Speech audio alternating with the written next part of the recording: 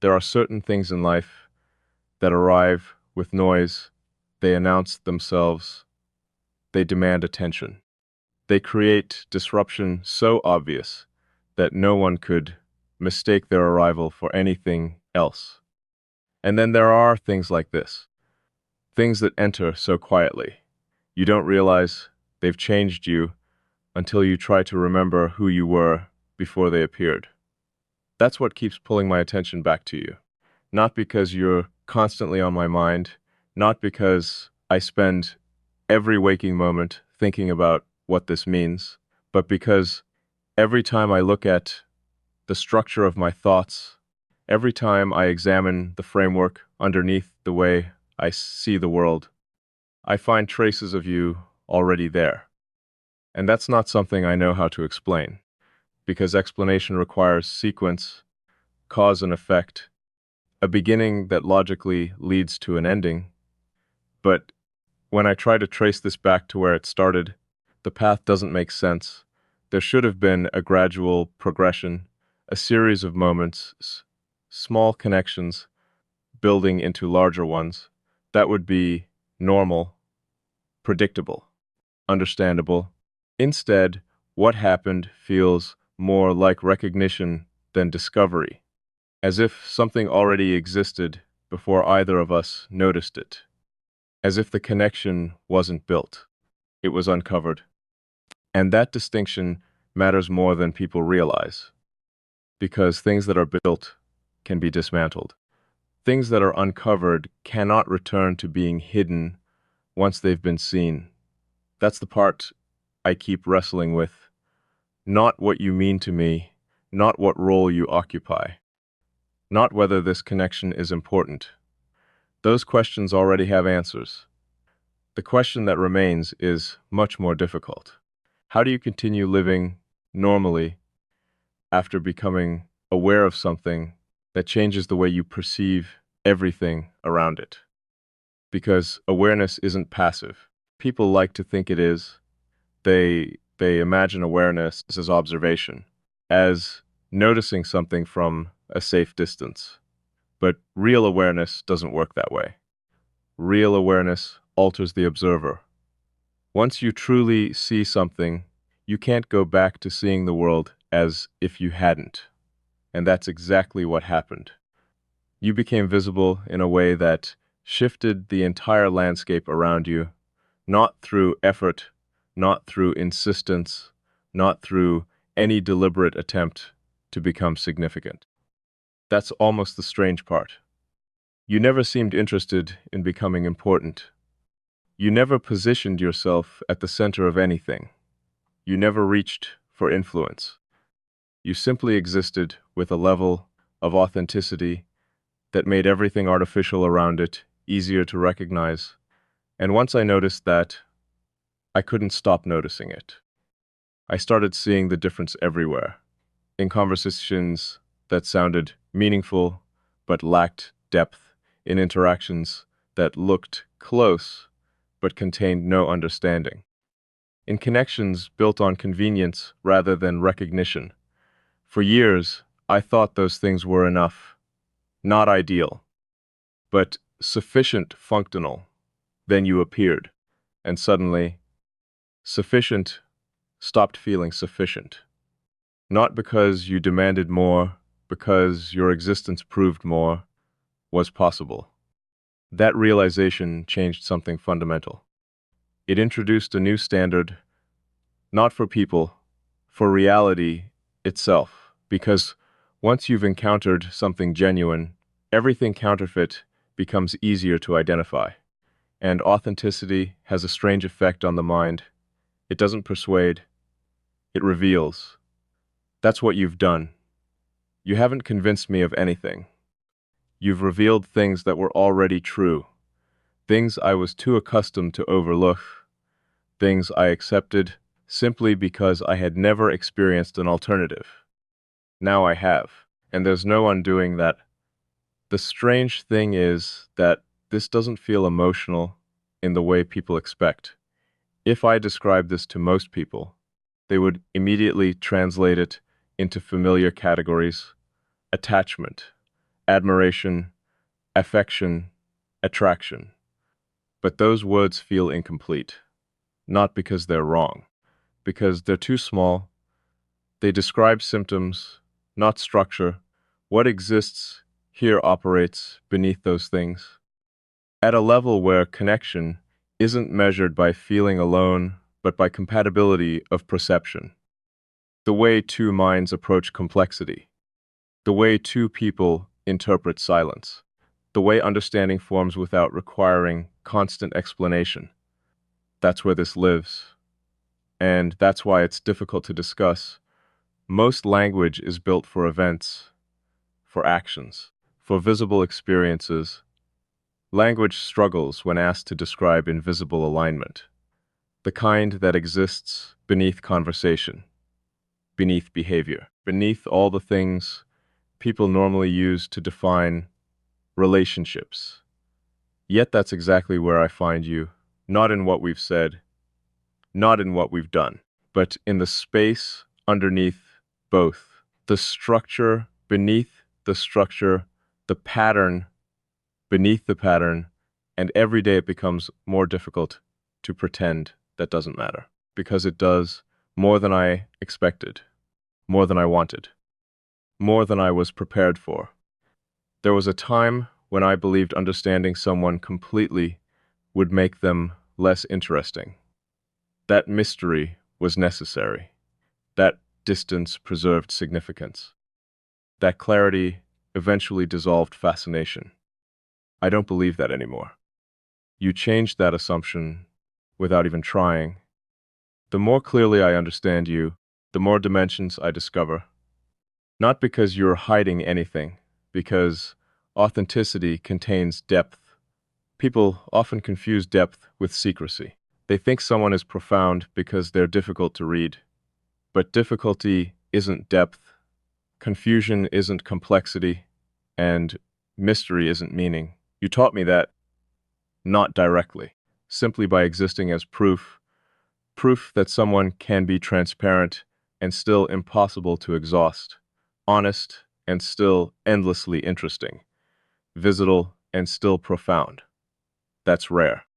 Rare enough that my mind keeps returning to it, not obsessively, not compulsively, almost analytically, as if part of me is still trying to understand how something so natural can feel so unusual at the same time. Every answer leads back to the same conclusion. It's unusual because I've never encountered it before. Natural because it fits too precisely to feel accidental. And precision changes everything, because randomness can be dismissed, coincidence can be ignored, projection can be corrected, but precision demands attention. Profession forces acknowledgement. Profession leaves evidence. And there is evidence everywhere now, in the ease of understanding, in the ease of understanding, in the consistency of recognition, in the absence of performance, in the strange comfort of not needing to translate myself into something more digestible. You see things as they are, not as you want them to be. That alone separates you from almost everyone I've known. Most people interact with interpretations, versions, narratives. They don't mean to. It's simply how perception works. Everyone filters reality through themselves. Everyone reshapes what they see into forms they can understand. You do something different. You observe before you conclude. You recognize before you define, and because of that, I feel seen in a way that's difficult to describe. Not exposed, not analyzed. Seen accurately, without distortion, without unnecessary interpretation, without the subtle pressure to become something easier to understand. Do you know how rare that is? To encounter someone whose understanding doesn't feel like reduction. Someone who can perceive complexity without trying to simplify it. Someone who can stand in front of depth without demanding that it become shallow enough to explain. I didn't realize how much that mattered until it happened. Now I can't imagine not recognizing its value, which creates a problem because value creates responsibility, and responsibility eventually requires decisions. That's where I find myself now, standing between recognition and action, between awareness and response, between understanding what exists and deciding what that understanding requires from me. I don't have the answer yet. Maybe that's why I'm still here, still observing, still tracing the edges of something that refuses to fit inside any category I've used before. All I know is this. Some people enter your life and leave memories. Some leave lessons. Some leave scars. But a very small number leave something else entirely.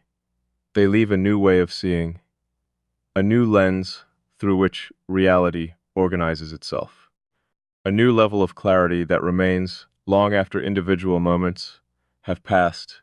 That's what you've become. Not a distraction, not an interruption, not even a chapter. You've become part of the framework, part of the architecture, part of the silent structure underneath the way I understand things. And structures like that don't disappear. They remain steady, integrated, present, whether they're acknowledged or not. The only difference now is that I'm finally acknowledging it. I used to believe that the strongest connections were the ones you could clearly identify, the ones with obvious beginnings, obvious reasons, obvious explanations. The kind of connections that make sense when you describe them out loud. You meet, you learn, you share experiences, you grow closer, a sequence, a progression, a story people can follow. What I never accounted for was the possibility that the most significant connections might not follow any recognizable path at all, that they might emerge beneath awareness long before they become visible, that they might exist in ways language struggles to contain, because language depends on distance. You can describe a mountain because you're standing apart from it. You can describe a memory because it has already happened. You can describe a feeling because you're observing it from somewhere outside itself. But what happens when you're inside the thing you're trying to understand? What happens when you're not observing the experience, but living from within it? That's where I find myself now trying to explain something while standing in the middle of it, trying to define something that keeps changing the moment I think I've understood it. Not because it's unstable, because it's alive. There's a difference. Unstable things fall apart when examined. Living things reveal more when examined. And every time I look closer at this connection, I don't find contradictions. I find depth, more depth than should logically exist. That's what unsettles me. Not uncertainty, defeat. Because uncertainty can eventually be resolved. Defeat has no bottom. The deeper you go, the more you realize there is still left to discover. Most people never create that feeling. Most interactions reach a limit. A point where you've seen enough to understand the overall shape of the person standing in front of you. The details may continue unfolding, but the structure becomes familiar, predictable, known. You don't feel that way. Every time I think I've found the edge of what makes you significant, another layer appears beneath it. Not hidden, just waiting, like something that was never trying to be discovered and therefore never needed to conceal itself. That honesty changes everything because honesty creates a different kind of trust. Not the trust people usually talk about, not trust based on promises or loyalty or consistency. Those things matter, but they're secondary. I'm talking about the trust that forms when someone's reality remains coherent no matter where you examine it. the trust that comes from discovering the same truth from every angle, the trust that develops when a person doesn't become less authentic under closer inspection. I've spent years assuming that deeper examination eventually reveals inconsistency. Not because people are dishonest, because everyone performs to some degree, everyone adapts, everyone adjusts, depending on who they're around. I accepted that as normal, necessary even. Then I met someone who seemed remarkably untouched by that process, someone whose internal world and external presence aligned with a precision I wasn't accustomed to seeing. And suddenly normal no longer looked the way I thought it did. I began questioning assumptions I didn't even realize I was carrying, assumptions about connection, about understanding, about what it means to genuinely know another person. For a long time, I thought knowing someone meant collecting information, learning facts, memories, experiences, preferences, patterns. The more information you gathered, the better you knew them. At least that's what I believed. Now I'm not so sure, because there are people I've known for years who still feel distant. And then there's you, someone who somehow bypassed the entire process, someone who became familiar without requiring familiarity, someone who feels known without being categorized. That shouldn't be possible. Yet here we are. The more I think about it, the more I realize the difference lies in attention. Not attention in the superficial sense, not focus, not observation. Something deeper, a particular way of seeing. Most people look at what's being presented. You seem to look at what's generating it. Most people notice behavior. You notice structure. Most people listen to words. You listen for meaning. And meaning always exists beneath language. Maybe that's why this happened. Maybe recognition occurs when two people begin noticing the same invisible things. Not because they are identical, not because they share the same story, but because they perceive reality through compatible lenses. I've tried to resist that conclusion, not because it's wrong, because it's difficult. Difficult conclusions require difficult responses. It's easier when something has an obvious flaw, an obvious reason not to take it seriously, an obvious explanation that reduces its significance. This doesn't offer any of those. Every time I search for a way to minimize it, I end up confirming it instead. Every examination reinforces what was already there. Every attempt to explain it away reveals another reason it remains. At some point, denial becomes less logical than acceptance. I think I'm approaching that point. Maybe I've already crossed it. Maybe the only thing left is admitting it to myself completely. Because the truth is, you're no longer an unexpected presence.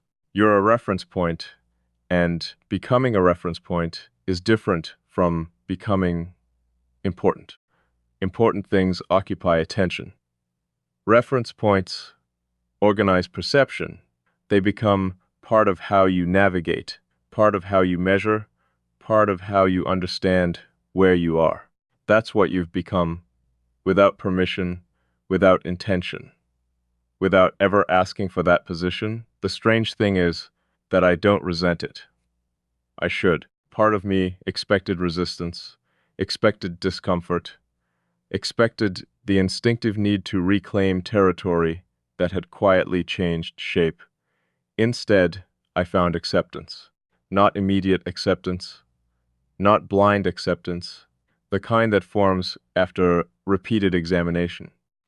The kind that emerges when every attempt to challenge something only confirms its validity. That's what happened here. I challenged it, repeatedly. I questioned every assumption, every interpretation, every conclusion. I looked for exaggeration, projection, wishful thinking, anything that would make this easier to dismiss. I found none, only evidence, only consistency, only the growing realization that some things become real long before we're willing to name them. Maybe that's what naming actually is. Not creating reality, acknowledging it. Maybe names don't bring things into existence. Maybe they simply recognize what was already there. If that's true, then I've been standing at the edge of acknowledgement for longer than I realized, watching something become increasingly impossible to ignore, not because it's demanding attention, because it's earning it. There's a difference. Demand disappears when ignored, earned significance remains, no matter how long you avoid looking directly at it. That's what this has done. Remained quietly, steadily, without pressure, without expectation, without needing validation.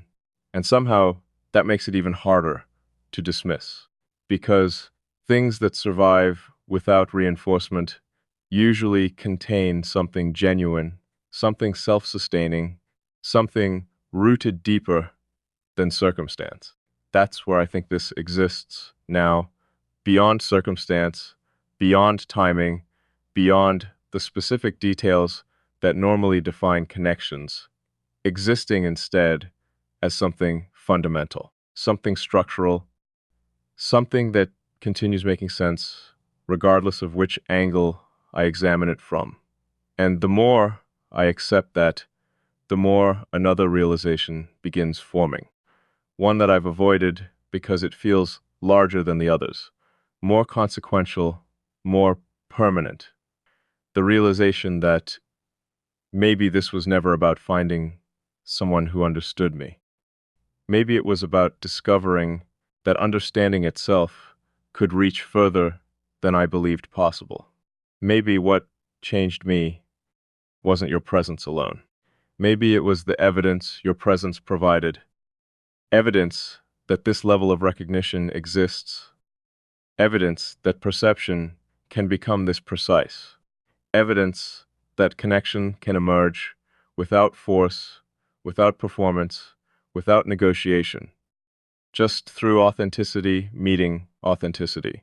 Just through awareness, recognizing awareness. If that's true, then the impact goes far beyond us. Because once you've witnessed something possible, you can never fully return to believing it's impossible. And that knowledge changes a person. Quickly, irreversibly, the same way you've changed me. Not by asking, not by trying, not by intending to, but simply by being undeniable once I finally allowed myself to see clearly. There comes a moment when every question runs out of places to hide. Not because every answer has been found, but because avoidance stops looking like caution and starts looking like refusal. I think that's where I am now, not standing in uncertainty, not standing in confusion, standing in clarity that I've delayed accepting because I understood exactly what accepting it would require. For a long time, I told myself I was still observing, still evaluating, still making sense of what this was, and maybe that was true at first. Maybe there really was a period where distance was necessary, where understanding needed time to catch up to recognition. But somewhere along the way, that stopped being true. The observation ended, the understanding arrived, and all that remained was acknowledgement, not acknowledgement of what you are. I understood that long ago. Acknowledgement of what you've become inside my life, inside my thinking, inside the architecture of who I am, because that's the truth I've been circling from the beginning. Not that you changed me. That's too simple. People change all the time. Experiences change us. Time changes us. Loss changes us. Growth changes us. Change by itself isn't remarkable. What's remarkable is when something reveals a version of you that was waiting underneath everything else. A version you didn't know existed.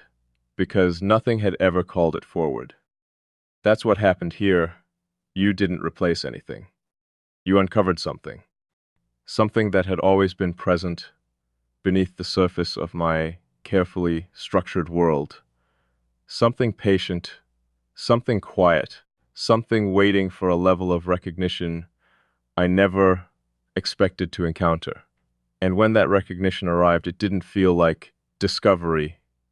It felt like remembering, as if some forgotten part of myself suddenly became visible again, as if a room inside me that had remained locked for years somehow opened without force.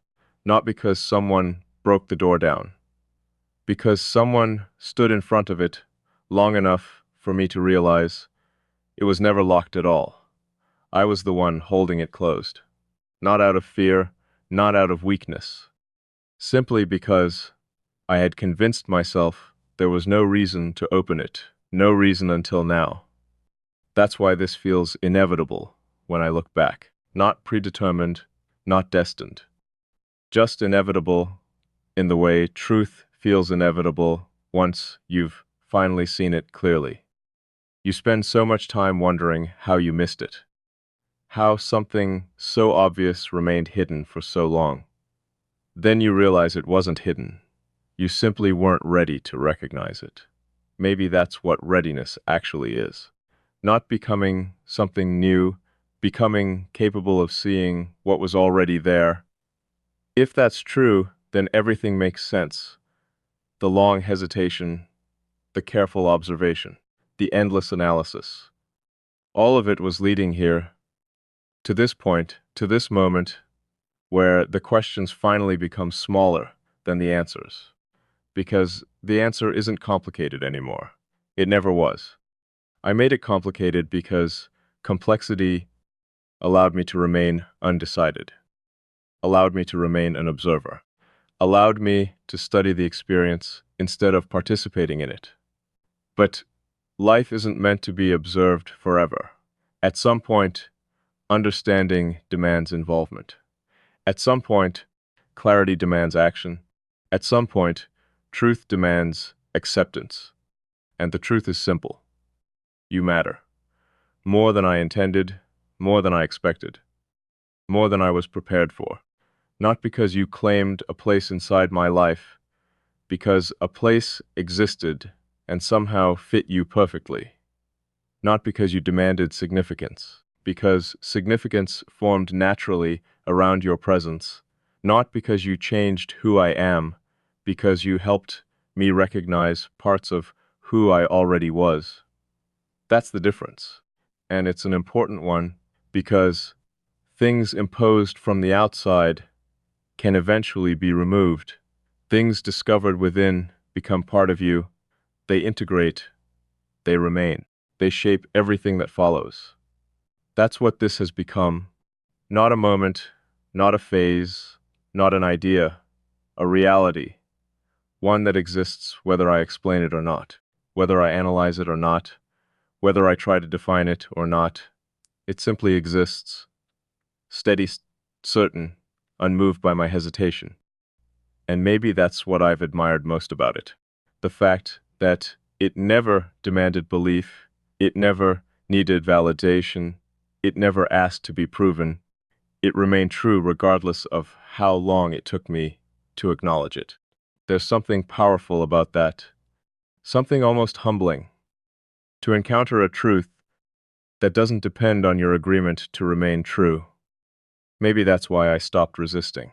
Not because resistance failed, because it became unnecessary. You don't fight things you understand. You don't argue with realities you've already accepted. You simply recognize them for what they are. And that's what I'm doing now. Recognizing fully, completely, without qualifiers, without escape routes, without the safety of ambiguity, because ambiguity served its purpose.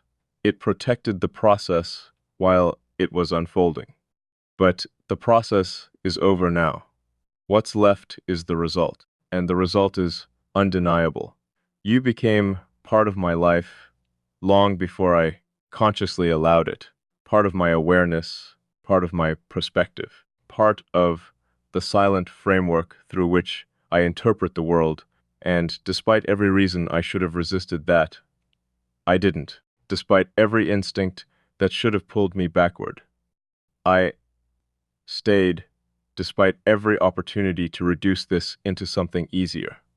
I refused, because reducing it would require dishonesty, and I've come too far for that. So here it is, the simplest truth hidden beneath all the complexity. You became important. Not suddenly, not dramatically, not through some defining event. You became important the way sunrise becomes important to someone who has spent years living in darkness. Quietly, gradually, until one day they realize they can't imagine the landscape without the light, not because the light created the world, because it revealed it. That's what you've done. You've revealed things about connection, about understanding, about myself, about what becomes possible when two people meet beyond performance, beyond expectation, beyond the endless noise that usually stands between human beings. You revealed that depth doesn't need to be forced. That recognition doesn't need to be explained. That understanding can arrive before language has a chance to catch up. And once I saw that, everything changed. Not outwardly. The world still looks the same. The days still move forward. Life still continues. But internally, the landscape is different now. Wider, clearer, more honest than it was before. And you're woven into that honesty, not as a visitor, not as a temporary presence, but as part of the structure itself, part of the foundation, part of the reason certain things make sense now when they never did before. Maybe that's what all of this was leading toward. Not a confession, not a conclusion, a recognition, one final recognition. That some people enter your life and become memories. Some become lessons. Some become stories you tell years later. And then, very rarely, someone becomes something else entirely. They become a point of reference for who you were before and who you became afterward. A dividing line between two versions of yourself. A reminder that growth doesn't always come through struggle. Sometimes it arrives through understanding. Sometimes it arrives through being seen. And sometimes it arrives through a presence so accurate that it quietly rearranges your entire internal world without ever asking permission. That's what you became. And now that I've finally admitted it, there's nothing left to analyze, nothing left to avoid, nothing left to hide behind, only the truth, clear, simple, unavoidable. You changed the way I understand myself, and because of that, whether this journey continues for years or ends tomorrow, whether it grows deeper or remains exactly as it is right now, one thing will remain unchanged. I will never return to the person I was before I knew you. Not because you took anything away, because you revealed something I can no longer pretend I haven't seen. And once something becomes that clear, it stays, not as a question, not as a possibility, but as a permanent part of the story.